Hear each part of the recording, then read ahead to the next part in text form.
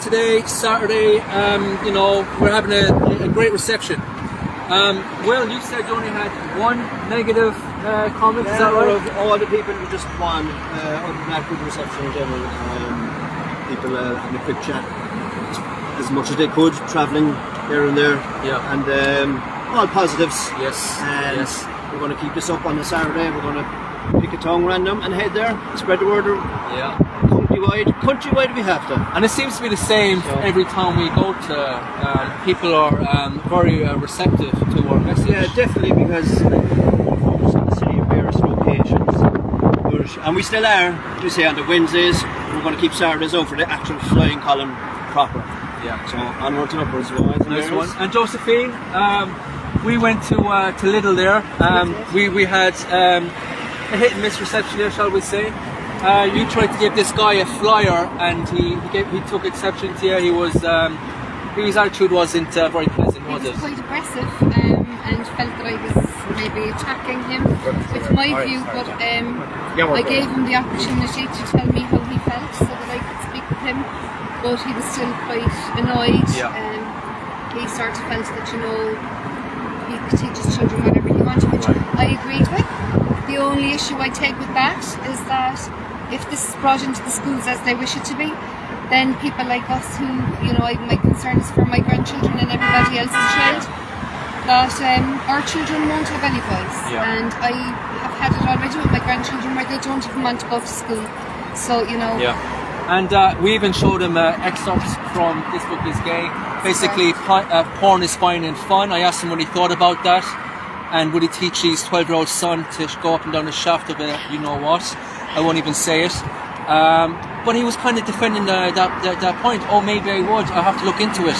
And it's like these points stand alone, okay? Well, the point that I made to him, Ross, really was that if I was working as a psychotherapist on a one-to-one in a room, and an adult came in and sat there and told me that they were exposing a child to sexual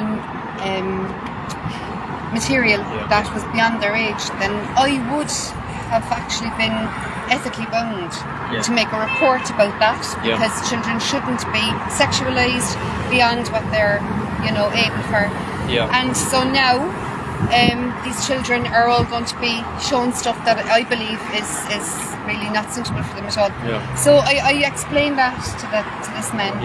And then the manager came around. Lovely man. And when we showed him what we showed the other fella earlier, basically porn is fine and fun, go up down the shaft of you-know-what, his face was naturally aghast. He was shocked. This is the expression that we're used to getting here. So it does kind of get under your skin when you see a grown man. Oh, he's my wife or my partner's a teacher, there's a kind of like cult mentality going on here where the state can do no wrong. And even when you point it out to them, they still can't see it. It's right in front of their faces, but they still defend it. Hugh, you're from Mallow. We came down because of Hugh. He's from Mallow here. What was your take on today? Well, as usual, from what we see, definitely regarding the sex education and the over-sexualisation of children, it's fairly obvious that the majority of the country are very, very much against it. It is deeply unpopular. It's not wanted. We're also gone far beyond the point of biological information. Like traditionally, everybody was happy enough with youngsters, i.e., 13, 14, 15, 16, being taught about sex education regarding biological education. But now that's gone far beyond that, and it seems to be an agenda of trying to develop lust, because there is so much information that's given, so many terms used which are very, very unpleasant, and they've no place in science or fact. It's deeply unpopular. The people don't want it. Everybody was very happy with us here again today. I think they see us speaking for them, because a lot of people feel they don't have a voice, and they're a bit afraid to come out and do it. But as you can hear, there's overwhelming support for what we're doing, so we're very glad of that. Just another thing as well now, we have another issue. We met a local, we were just speaking to him literally just before we went live. Is it Donald O'Brien? Donald O'Brien, yes. Michelle, look at the Dutch tulip there.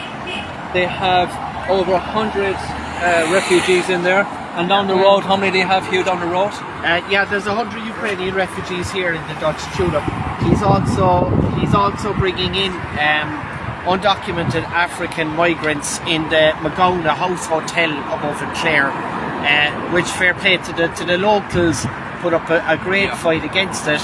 But since you're from Mallow, there's a change in the air, isn't there? I'm close to Michelle. There's a change in the air. Women don't feel quite as comfortable. Like certain areas in the town. I hear McDonald's is a no-go zone. Is that right? Well, unfortunately, I have to tell you all. A friend of mine was living in an apartment block down the main street here, and he was there 17 years. A lot of people in the building. There was about 20-25 people living in the building, all lawfully paying their rent, no problems with rent arrears, and they were all, from what I've been told, they were all illegally evicted out of the building, and immediately an equivalent number of refugees, migrants. We're not even sure if they're refugees, because is it 90% now of them coming into the country now are unvetted? Yes, with no documentation. You know, anywhere else they would be called illegal aliens. Here they're called international data application. But just to get onto the point here, they were only after being bedded down in this building, and this has been verified now to be 5 times independently on Cork Flying Column. They were only bedded down in the building 2 weeks, and there was a 15-year-old girl dragged in the door by 5 of them. And they attempted to rape her. By some miracle of God, she managed to break out the door and ran screaming up the hill to the guard station. You know, what did the guards do? We haven't heard, but I did see guards outside the building, all right, about 2 days later when I heard it.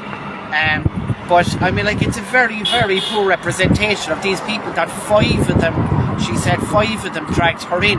Out of a building of only 20, that's a very, very large majority. You know, it wasn't just one, you know. Yeah, and how many more are waiting inside? That's disappointing. We're hearing these stories all over Ireland, and they're all being downplayed by the Guardian, the media. Quiet, what was your experience like here today? I keep it short. We had a variety of flyers, handed a myriad of them out. Absolutely fantastic. Loads of people thanking us profusely again to coming down, and all very, very positive. I had a few that wouldn't take it or whatever, and the rain didn't help, the showers, but ordinarily it was very, very a lovely atmosphere. Very nice, the beeping of the horns. Yeah, we can hear a nice sense of joviality. And we were well received. I think people are really coming on board with our message here. It's really resonating, especially with the 3 major issues we have in our country right now. With the over-sexualization of the children, nobody wants that. With the open borders, people are, okay, what are we doing here? This is unbelievable what's happening. And with the vaccines, you lads were just, Michelle, you were just speaking, and Josephine, we were speaking to a woman who got the vaccine and is vaccine injured.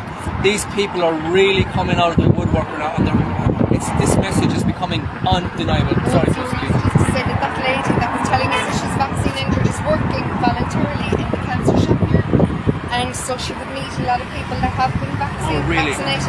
And they're all talking now about the vaccine injuries that they have experienced as a result. And the doctors, so people are beginning to talk. Yeah, the doctors in the hospitals, they're still denying it. Everybody knows. Great reception here. Great reception. Lots of beeps. But lads, onwards and upwards. We're going to be Wilton on Wednesday, and who knows where we're going to be next Saturday. Yes. But stay tuned. Every week, lads. Over and out. Mala abu. Mala abu. Yay. Thank you. Bye.